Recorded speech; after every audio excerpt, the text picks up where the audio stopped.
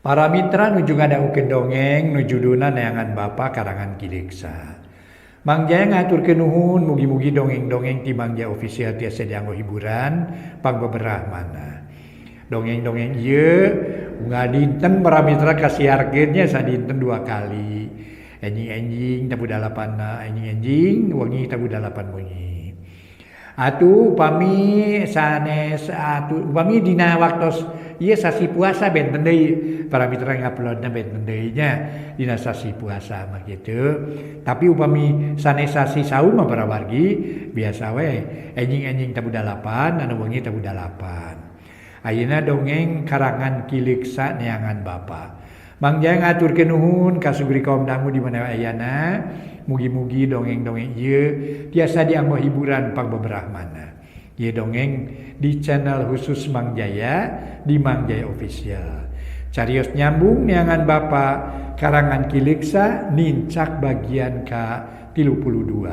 Mangga nyangakeun wilujeng ngadangukeun.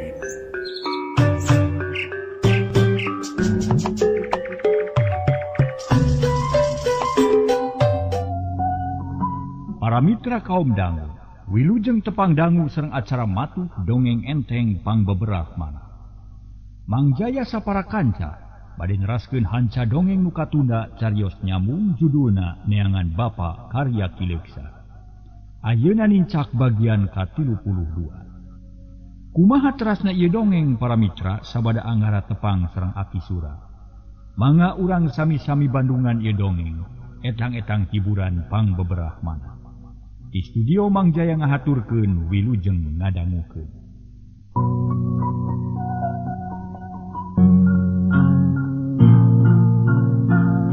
Para mitra kaum dang, sanajan barijeng harita teh jeung gugu, akhirna Nyi Saerah nyampeurkeun ka tepas, mawa cai enteh dina gelas diwadahan kana baki ditambah ku cau muli sasikat beuleum sampe manihot sagelempeng. Seleuna kahareup brek deku deg sebelah para mitra. Teu puguh rasa jajantung teh atuh aneh puguh teuing naon sabab musababna. Nu jelas Nyi Saerah teh karek sir baleng, geus boga kahayang ngan kurang wawana.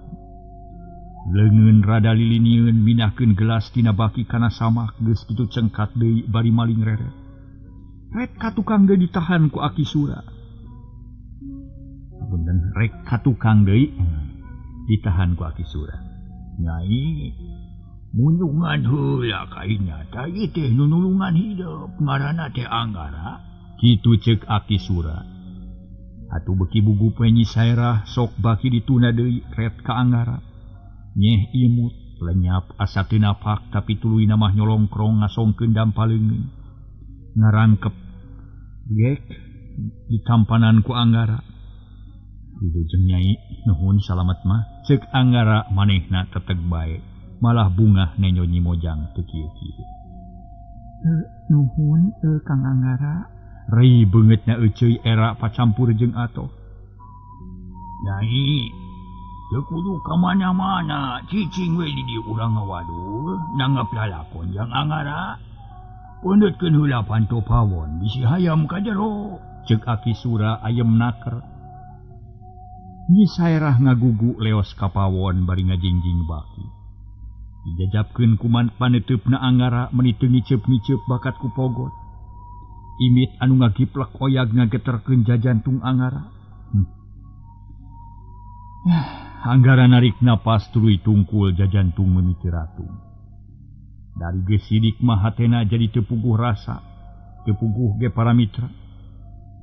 Da puguh ge karesepna mah nenyo nu kitu. Hempe kainya ngaleueut ujang. Lumayan tambihanaan. Naon atuh da di kampung ngukur nu kitu. Bulu taneuh kasebutna ge ujang. Keun da roti mah seueur di kota, cek Aki Sura bari kop. Anjeunna kana gelas regot nginum bangun nikmatna. Nuhun Aki katampi kateda pisan, ieu mah karesep abdi sadayana oge. Sami we sareng dirorompok ukur nu kieu katuangan teh. Abdi ge sami urang kampung ki, temal Anggara kop kana gelas. Regot nginum gelas ditunda deui rek ngaragamang kana cau muli jebul manten ti pawon. Aneh jika aya tanaga gaib leungeun kalah ka ngaragamang deui kana gelas regot minum sakali deui. Bila cauna da sanes tongtonan teh. Mangga ki, mangga. Temal Anggara panon ngareret ka Nyi Saerah nu geus emok digirin akina. Anggara jadi tegenah kitu. Uja, aki teh penasaran hayang terang kana usal-usul hidup. Hayang terang asal-usul hidup di mana? Ari sabab ari geus kieu mah. Urang teh ulah asa-asa deui kudu bruk-brak. Ngara bisa leuwih wawu nyaho kana pangabutuh masing-masing. Da geus bukti manusia mah teu bisa hirup sorangan. Butuh keneh ku pada batur keur silih tulungan. Silih titipkeun nya diri. Silih sangsangkeun badan, budi akal lantaran ti pada jalma. Kitu ceuk papatah kolot oge. Aki Sura ngamimitian muka carita. Silih tembrakeun lalakon. Lareski. Abdi ge butuh pisan ku batur teh komo da abdi mah rumaos tuna harta tuna harti. Daya luang pengalaman estuning kosong bolostrong melongpong jiga songsong. Temal Anggara blak-blakan. Ih, halus kene kitu majang ibarat kareta kosong. Atawa kertas anu bodas kosong kene can loba camerong. Mual matak jadi omong, hidup mah kaasup kana bahan hade. Kari kumaha ceuk nu nulisan. Atawa lamun kareta, hidup mah terah bakal nuju kana jalan hade kari kumaha kusirna. Gitu. Jadi urang teh nu penting mah naon teh wajib syukuran ka Allah nu Maha Agung. Untung hidup kapanggih ku aki da cacan mun beunang ku pihak si Muldani mah buat teuing hidup teh ti gubrus dibawa kana jalan sasar asup kana pakumpulan nu begur. Tah di dieu urang wajib syukuran kanu Maha Kawasa. Dikadarkeun bisa silih tulungan. Silih pihapekeun diri luyu jeung ajaran agama nu diagem ku urang. Tapi maksud jeung tujuan hidup can jentre. Nah kumaha atuh hidup teh reka mana nu sanyana? Atanapi mulih di mana? Naon anu diseja, naon anu diteangan. Cing caritakeun ka aki sabalakana. Insya Allah aki teh hayang nulungan sakaduga tanaga aki. Sabab aki teh asa kahutangan budi ku hidup teh hayang mulang tarima kitu dah. Ceuk Aki Sura. Aki kitu deui ka Nyi Erah. Abdi mah nulungan teh teu hayang dipulang tarima da saur pun biang oge silih tulungan kewajiban jalma hirup. Mun rek nyieun kahadean ulah ngarep-ngarep pamulang tarima nu kitu teh awon tah kitu Aki. Beuki kaciri we. Hidup teh bodas keneh kosong molongpong can aya tulisan gore. Muga-muga tujuan Aki kahontal hayang boga andalkeun Aki teh. Hari urusan pulang tarima mah memang kaharti ku Aki oge. Ulah hari kitu carana mah, tapi apan hidup teh santeuna. Jeung de hidup teu menta Aki teh rek mere. Naon salahna mun ku udang ditarima. Kacampi kateda pisan ari bade maparin mah, abdi ge teu wantu nampi pangasih. Margi saur pun biang oge hakikat nama. Nu maparin teh rezeki ti Allah ngan bae cukang lantaran. Make cukang lantaran panginten pamulang tarima ti Aki ge hakikat nama ti Allah. Bener pisan Kasep, bener pisan bener pisan. Tapi kahade ulah wa kaagul. Aki mah teu boga harta, teu boga bana, mulang tarima ge moal ku duit atawa ku bana. Paling oge ku jasa Kasep. Anggara ngahuleng can pati ngarti pok nanya deh. Kumaha pamaksadan Aki teh atuh? Ari Aki teh rek nulungan ka Ujang mun Ujang manggi kasulitan. Nuhun atuh kikieu geura abdi teh jalmi sial. Jalmi nalangsa, miskin, lara balangsa, kokoro nyoso, malarat rosa. Teu aya ajen sapeser pun biangnya kitu keneh di lemur ukur jadi pamoyokan batur. Jadi bahan carita balarea estuning taya nu ngajenan pisan. Pun biang jenenganana murni ari abdi Anggara. Asal ti Bantar Loa. Ti dieu mah pernah nate kabeh wetan, dupi maksad sareng tujuan anu nuju diberi ku adi. Nuju diberi ku abdi mung hiji nyaeta milarian pun bapa. Ceuk Anggara tandes pisan. Oh, jadi kitu. Kumaha lalakona pangna diteangan ku ujang teh. Nalika abdi dikandung keneh pun bapa dituding maehan maneh ku upas. Pelajeng dicanak kunu wajib kadaya. Nyadugi ka ayeuna teh teu uih deui wartosna teh dipanjara cenah. Ke maehan maneh maksud aki teh atau maksud ujang teh kumaha ye teh? Sumut sanes maehan maneh ki. Namun dituding maehan. Tak kitu. Kaharti atuh dah. Aki teh leuwas ongko dituding maehan maneh ongko dibawa ku upas. Meureun maehan maneh mah palastra harita keneh. Sumuhun. Abdi lepat ki. Kitu janten masalah nama dituding maehan pun bapa teh. Dugi ka ayeuna kirang langkung 17 tahun lamina. Tah salami sakitu tahun teh. Hirup abdi estuning matakna langsa. Ku babaturan disebatkeun anak jadah ku kolot-kolot sok disarbut anak bangsa. Pun aya kasalahan saeutik sok diteumleuhkeun ka abdi. Magarkeun teh uyah tara TS kaluhur teng manuk teng anak meraku kuncungan. Bapana bangsat anakna ge ngabangsat. Tah kitu hukuman ti jalmi sabudeureun abdi teh. Taya nu ngarajenan pisan. Tah kumargi kitu abdi nguhing ngurihit ka indung nyuhunkeun widi bade milarian nu jadi bapa. Nganya kitu hese kabina-bina susah taya hinggana. Kahiji abdi teh can terang di rupa bapa, kaduana teu aya wartos anu puguh minaan padumukanana. Oge teu acan kantena nasibna ngahaju menang keneh atanapi parantos kantun jenatna. Da ieu nu janten bang baluh ka diri abdi teh ki. Mangkaning halangan harungan anu sakitu seueurna, gogoda sareng dodoja sanes sakedi. Upami kirang-kirang na milik mah tos kumaha boa. Contona tadi ampir-ampiran paragat nyawa dicekek ku si Buldani. Mun teu kabujeng ku aki mah boa kantun jenatna abdi oge. Kitu ceuk Anggara ngaguar lalakon hiru. Ngan teu kumawani medar riwayat Kicukujang Rompang bisi matak jadi mamala. Jadi kitu tegas namanya. Jadi hidup teh keur neangan nu jadi bapanya. Telepat kitu pisan. Kumaha atuh ari neangan bapa mah aki teh moal bisa nulungan da sarua teu nyaho ka bapa hidup. Boro-boro aki pan hidup sorangan kitu apa kana rupa teu nyaho alamat jeung can jelas pernasibanana. Tapi susuganan aya gunana cing bejakeun. Ari tuang rama teh saha jenengan mun perlu sebatkeun aki hidup. Saha jenenganana? Aki sura mencerong dari anaker. Pun bapa teh wigana pun aki mah Ki Padila. Ki Padila.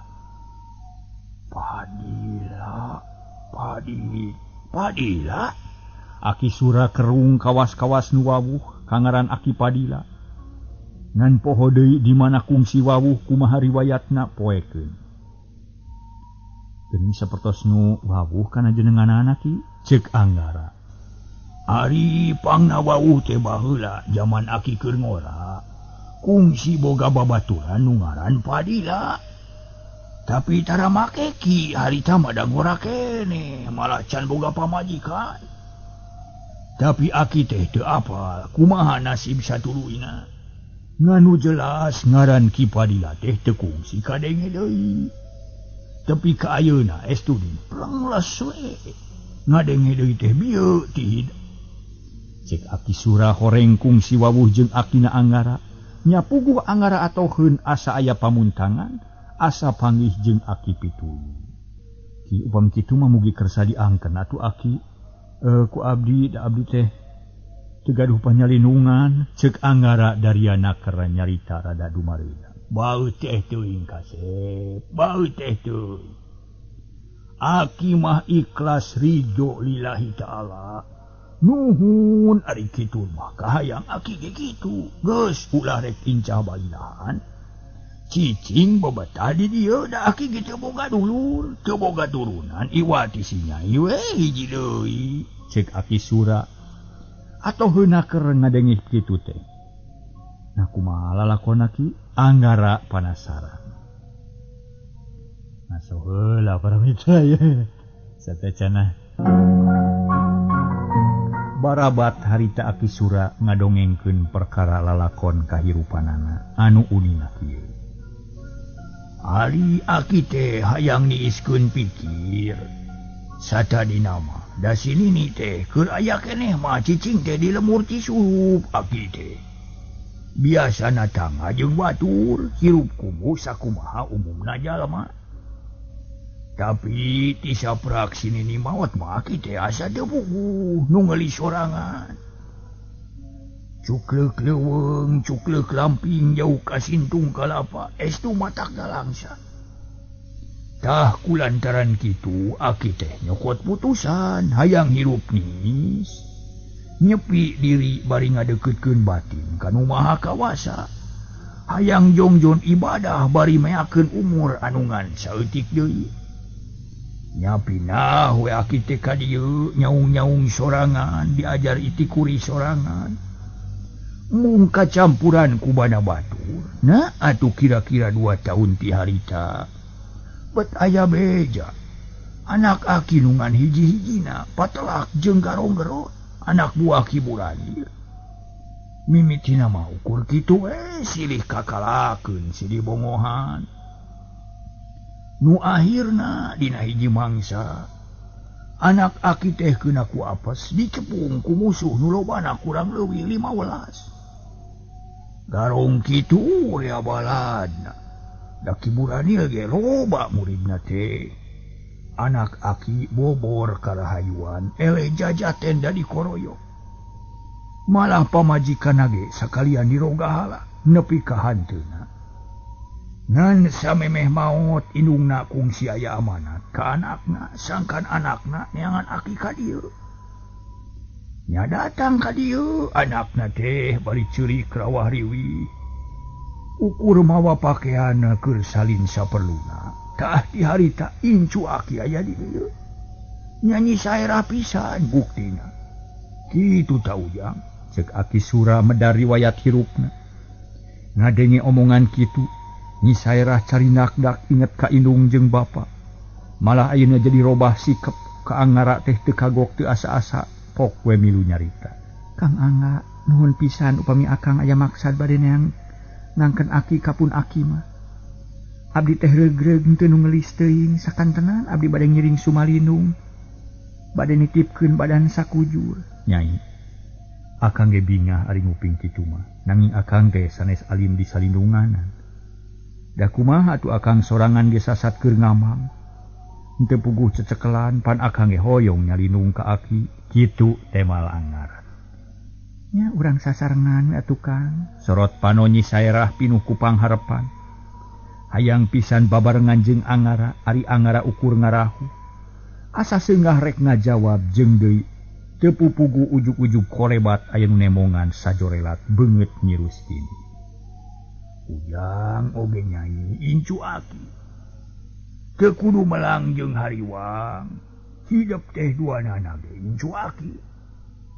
Geus ulah laloba pikiran. Sakaduna mah silih belaan, silih titipkeun diri. Mun lain jeung sasama manusia, rek jeung saha deui. Pan urang teh kasebutna ge dulur. Ari nu ngaran dulur teh lain pedah saturunan. Tapi oge pikeun umat Islam muslimin jeung muslimah teh luhur. Mana komo lamun dijujut nepi ka luhur pantunggal sadulur pada turunan Nabi Adam. Dah kulantaran kitu Aki mah satuju pisan mun hidup baroga pikiran kitu. Da ayeuna minang kaputusan ti Aki jang Anggara ulah waka nuluykeun perlampahan. Leuwih hade cicing heula di dieu Aki hayang ngawaris pangarti. Nurunkeun ilmu panemu. Jeung deui ngarah si Nyai aya batur, ngarah regreg ari duaan mah. Lantaran Nyi Saerah teh boga tugas nyaeta amanati kolotna. Kitu ceuk Aki Sura. Mangaki abdi bade ngiringan nanging naon atuh amanati Rama Nyi Saerah teh? Anggara jadi penasaran. Eta mah engke we mun geus pada-pada gede. Mun geus pada-pada dewasa sarta ngarti. Ayeuna mah Aki teh can wakawani kabejakeun, bisi jadi goreng balukarna. Engke mun batin jeung pikiran hidup geus kuat, geus teu babari kapangaruhan ku Aki bakal dibejakeun. Sae kitu ge Aki mangga atuh abdi mah sejang ngiringan. Plong hate Nyi Saerah ngemplong. Bungah nu taya papadana lantaran Anggara daekeun cicing di dinya. Nu hartina manehna aya batur remoal nu ngelis teuing. Jeung deui asa aneh, kasusah leungit kahariwang akhirna masirna, asa gede pangharepan tepung jeung Anggara teh. Satuluyna Anggara dipernahkeun harita teh para mitra. Di kamar kosong misah jeung kamar Nyi Saerah, ari Aki Sura ngelehan maneh. Sarena di kamar tukang untung imah teh rada gede kamarna loba. Poe eta beak ngaku ngawadul silih tuker pangalaman. Silih teleuman hate Aki Sura ge teu init-initan resep nanggap lalakon Anggara. Basa keur dilemur keneh tetela loba pikasirieun, loba pikasedieun. Poe kadua Anggara ngamimitian narima pangajaran. Lantaran Aki Sura bogawan rencana dina jero 5 bulan Anggara kudu geus bisa narima warisan. Sakurang-kurangna satengah tina ilmu Aki Sura.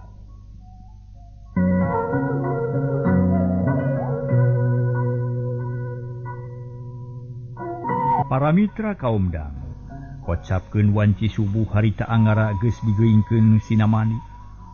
Sina abdas diajak salat berjamaah, Anggara rada ngawagu. Rumasa sok culan-culan, kaelehkeun ku kaperluan sege. Rengse salat subuh Aki Sura sila ipis di tengah imah. Yang hareupan 2 murid Nyi Saerah diuken caeunana Anggara katuhulnana 2 mano kalawan hormat jeung 1 ka guru. Ujang oge Nyai. Aki rek muka ieu ilmu, ngan ilmu Aki teh moal bisa dipisah-pisah. Dipilampahna kudu bareng sangkan saimbang jeung bisa silih geuing. Ari ilmu Aki teh aya 2, silat jeung salat. Ngan samemeh bisa silat kudu bisa heula salat. Tah kulantaran kitu, poe mungaran samemeh diajar jurus, leuwih ti heula diajar rukun salat. Naon sababna pangna Aki ngawarah kitu? Ilmu silat mun teu dibarengan ku salat, akibatna bakal takabur.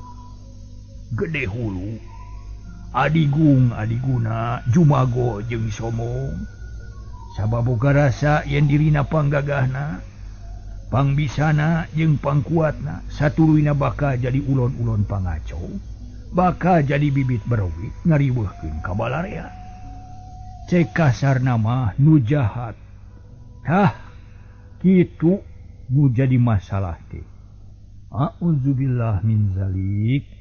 Aki teh teu ngaharepkeun boga murid anu sabi. Jadi memeh bisa silat hidup duaan teh kudu bisa heula salat. Ari sabab silat ge tina salat, maksudna sarua ngabela diri. Silat ngabela diri tina bahaya dunya.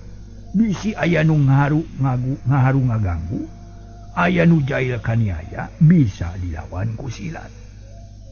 Ari salat ngabela diri atawa ngajaga diri tina siksaan akhirat. Sakumaha ceuk dawuhan Allah, nu kaungel cenah jaga diri anjeun jeung kulawarga anjeun tina seuneu neraka. Hiji-hijina cara pikeun ngabela diri tina amukan seuneu neraka nyaeta salat. Pikeun jalma nu rajin salat bari jeung ikhlas, insyaallah bakal salamet tina letah seuneu neraka. Da ieu Ujang oge Nyai, regepkeun ku hidup duaan caritaan Aki. Jadi maksud Aki teh kitu, nu matak antara salat jeung silat teh kudu saimbang. sabab udagan urang salamet dunya rawuh akhirat. Nu mata kudu ngarti kana ilmu bela diri keur di dunya jeung keur di akhirat. Angara jeung Nyi Sairah ungut-ungutan. Duana ngarti kana katerangan ti akina teu kungsi lila Angara cengkat pok nyarita. Abdi ge kantos ngupingkeun katerangan eta teh tipun biang. Nanging abdi teh gaduh taroskeun ka aki dupi kanggo ngajaga diri. Sangkan salamet di dunya, na cekap ku salat wungkul kitu ceuk Angara. Alus kasep hidup nanyakeun soal eta. Ari sanyana mah nu dipedar bagianana nepi ka bubuk leutikna memang loba rupana. Ari sabab nu disebutkeun ngajaga jeung ngabela diri teh lain ngan sakadar ngajaga tina serangan musuh nu sifatna kasar. Aya oge nu sifatna lemes. Jeung deui musuh teh lain ngan ngajaga ngawujud jalma. Seperti garong, begal, bangsat, jeung sajabana ti eta. Sanyana mah kasep. Hawa nafsu ge kasebut musuh lantaran jalma teh teu bisa nahan hawa nafsu sarua bakal cilaka. Malah perang panggede-gedena. Nyaeta perang merangan hawa nafsu. Sing saha jalma nu bisa merangan hawa nafsu, insya Allah eta jalma bari salamet. Kitu diantarana ujang. Jadi pikeun ngajaga diri teh kahiji kudu alus budi parangi. Kadua kudu hade laku lampah. Katiluna kudu hade patekadan. Ceuk papatah kolot teh mah jaga sing hade-hade 3 perkara. Nyatana ucap, tekad jeung lampah. Tah, eta 3 perkara kudu saimbang sajalan jeung sapagodos. Mun dina ucapan bodas tekad ge kudu bodas. Nya kitu deui lampahna kudu sarua bodas. Mun aya jalma nu pasalia antara ucap jeung tekad jelas matak bahaya, boh keur dirina, boh keur batur. Jadi kacinekanana pikeun ngabela diri di alam dunya memang loba rupana.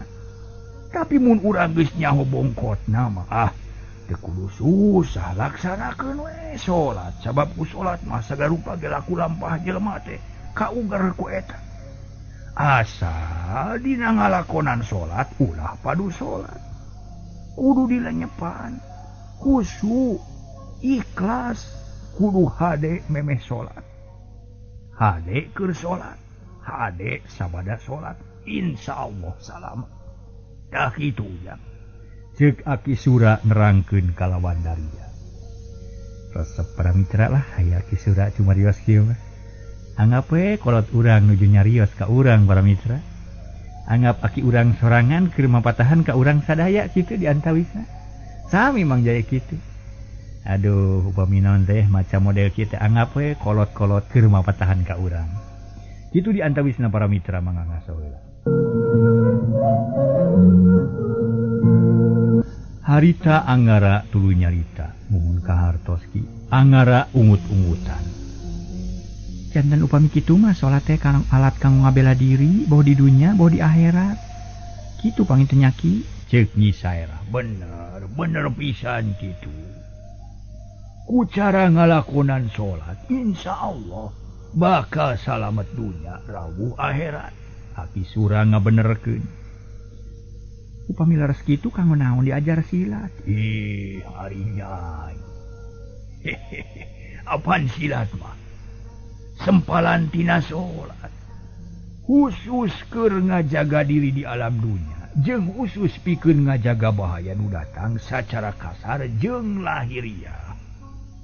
Cohagna mah keur nakis paneungeul ngabendung jurus di musuh. Ari sabab moal hade ngadeduk wae salat mun teu ngawangun kakuatan lahir nu api. Allah geus marentahkeun ka umatna sangkan umat Islam sehat rohani jeung sehat jasmani. Jeung Allah geus marentahkeun sangkan umat Islam ngajaga dirina, miara jasmanina, miara awak, miara raga. nyiara rohani sarua jeung narimakeun kanu merena. Lir ibarat kieu geulis. Aki mere bedog kajang angara, kujang angara teh tara dipalire, tara dipake, tara dipiara, diculkeun we. Eta teh sarua jeung teu narimakeun. Aki nu merena ngarasa tugena asa disapirakeun, haat-haat mere teu dimangfaatkeun, teu dipiara. Tah badan urang ge kitu, dipaparin ku Allah, wajib dipiara, dimumule. Mun aya nu ngaguna sika ngaruksak nyiksa eta wajib dibela. Mun teu dibela dosa hukumna sabab teu bisa ngajaga amanat ti Allah. Tah kulantaran diantarana jadi sajaba rajin salat teh oge kudu bisa ngajaga jeung miara badan. Salah sahiji nyaeta contona silat atawa olahraga. Ngarah salalawasna sehat. Sehat bari mampu ngajaga serangan nu datang ti luar. Jadi silat ge bagian tina salat asal niat jeung tujuan pikeun ibadah ka Allah. Nyi saerah jeung angara ungut-ungutan beuki tamah elmuna. Beuki tamah luangna, beuki jauh amahan rasana. Beuki motekar pamikiranana pok angara nanya deui, "Aki, abdi kantos nampi benjangan tipun biang. Teu kudu bisa silat hayang salamet mah cukup kulampah hade sopan jeung handap asor. Ulah adigung gede hulu sing alus kalakuan sabab anu ngagem ilmu silat kalolobaan loba musuh jeung deukeut pibahyaeun eutik-eutik gelut sabab sok loba nu hayang nyoba jadi silat ngabahayakeun leuwih hade ulah kitu saur pun biang teh kumaha pamendak Aki. Ari ujang terang bedog. Aki sura kalah kamalik nanya. Kan tenan wau pisan sareng bedog maki. Silat teh urang ibaratkeun bedog. Lamun sakadang bedog cicing di tukang jaga, ieu bakal ngahasilkeun. Kana pati keunana sabab bakal dipake mencitan muning atawa doma. Nu mencitna meunang kere buruh mencit. Lamun dicekel ku tukang bas nu ngarti kana ilmu wangunan, ieu bedog bakal ngadatangkeun duit. Sabab bisa dipake meulah kai. Dijieun rupa-rupa barang keperluan hirup manusia. Nan saupama mun aya di garong nyatang tu bakal cilaka sabab bakal dipake ngaroga hala. Ngan hanya ka waktuna kaburu beak ujang. Urang tuluykeun isu ke aki teh ngobrol teh nya. Para mitra. Aduh, ieu waktosna kabujeng seep cenah duh. Nuju raramena para mika paksa ieu. Sababaraha kalimat diwangsulan deui ku Mang Jaya engke enjing. Mangga para mitra sanes kirang sono wilujeng kantun bae kasadayana. Promios.